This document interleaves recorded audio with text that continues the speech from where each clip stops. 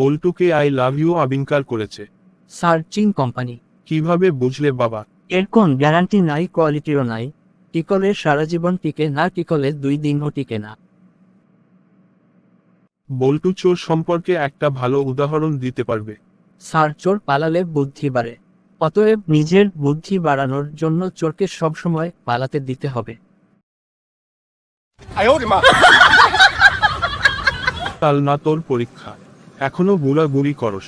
হ্যাঁ স্যার, কিন্তু একটা সমস্যা। কি সমস্যা বল? স্যার, আমার বাল কেটে লাল করে দেন।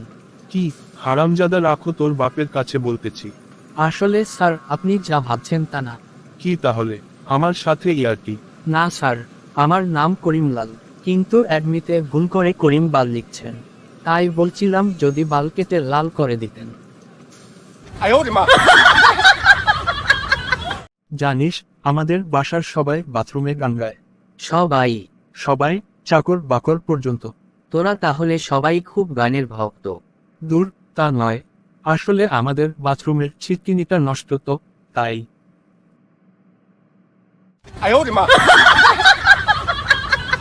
বন্ধু, একদিন এক রাস্তা দিয়ে একজন দরিদ্র দিনমজুর, একজন গম্ভীর মহিলা, একজন সুপারম্যান এবং একজন বউয়ের ভয়ে ভীত নয় এমন ব্যক্তি হেঁটে যাচ্ছিলেন।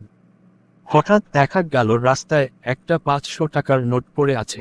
এখন প্রশ্ন হলো, টাকাটা কে কুড়িয়ে পাবে? অবশ্যই দরিদ্র দিনমজুরটি, কারণ এখানে দিনমজুর ছাড়া বাকি সব কয়টি চরিত্রই কাল্পনিক। হ্যালো বন্ধুরা, পুরো ভিডিওটি দেখার জন্য আপনাকে অনেক ধন্যবাদ। আমাদের এই চ্যানেলের নতুন দর্শক হলে অবশ্যই চ্যানেলটি সাবস্ক্রাইব করুন।